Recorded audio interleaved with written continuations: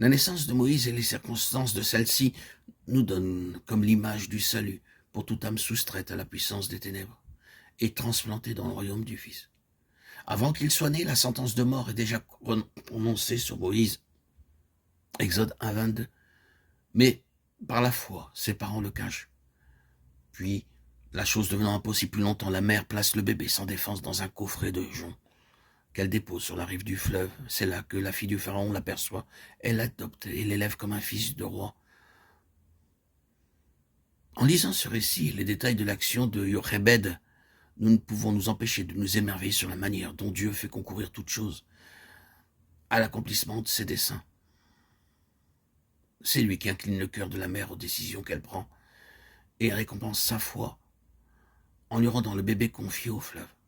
Il semble presque que ce soit Dieu lui-même qui dise à la mère par la bouche de la fille de Pharaon, « Emporte cet enfant et allaite-le-moi, et je te donnerai ton salaire. » Exode 2, 9.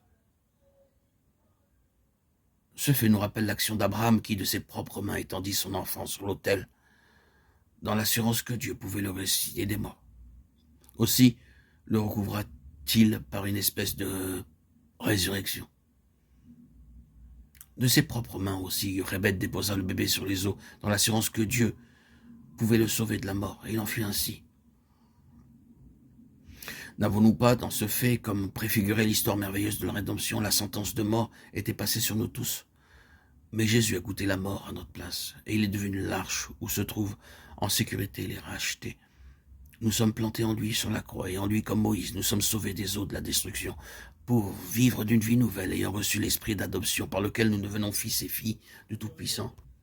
Pour un peu de temps, Moïse avait été rendu à son foyer et à ses gardiens naturels. Il en va de même avec nous. De mort que nous étions, nous vivons et sommes devenus les enfants de Dieu. Mais pour quelque temps, Dieu nous laisse un ancien milieu, car nous sommes encore des bébés, et l'appel de le servir n'a pas encore retenti pour nous.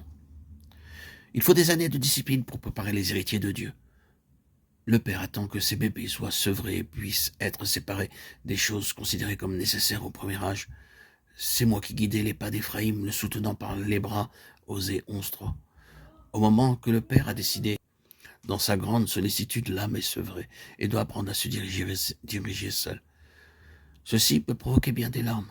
Puis, comme un enfant affligé, le disciple décide de s'en remettre pour toute chose à la volonté divine. Et il dit avec le psalmiste, « N'ai-je pas soumis et fait taire mon âme comme un enfant sevré avec sa mère.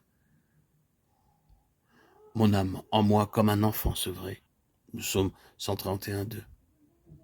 Et quand l'enfant eut grandi, elle l'amena à la fille du Pharaon, qu'il adopta pour son fils. Exode 10.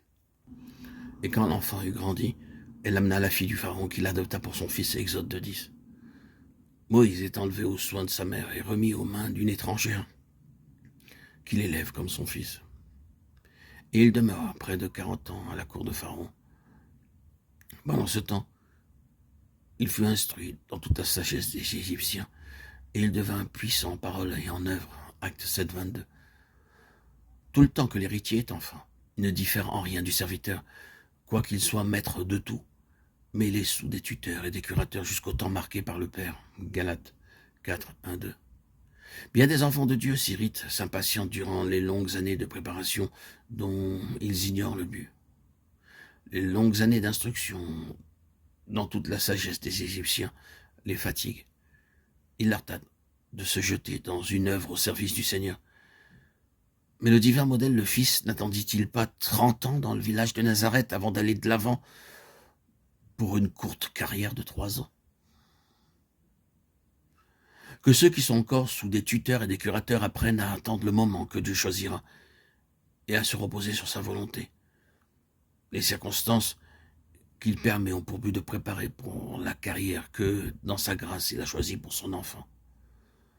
Sachons attendre jusqu'à ce qu'il nous ait montré le modèle de vie qu'il veut pour nous. De peur que, dans notre impatience, nous rejetions les choses mêmes qu'il permet pour nous équiper en vue du service spécial qu'il nous désigne dans sa vigne.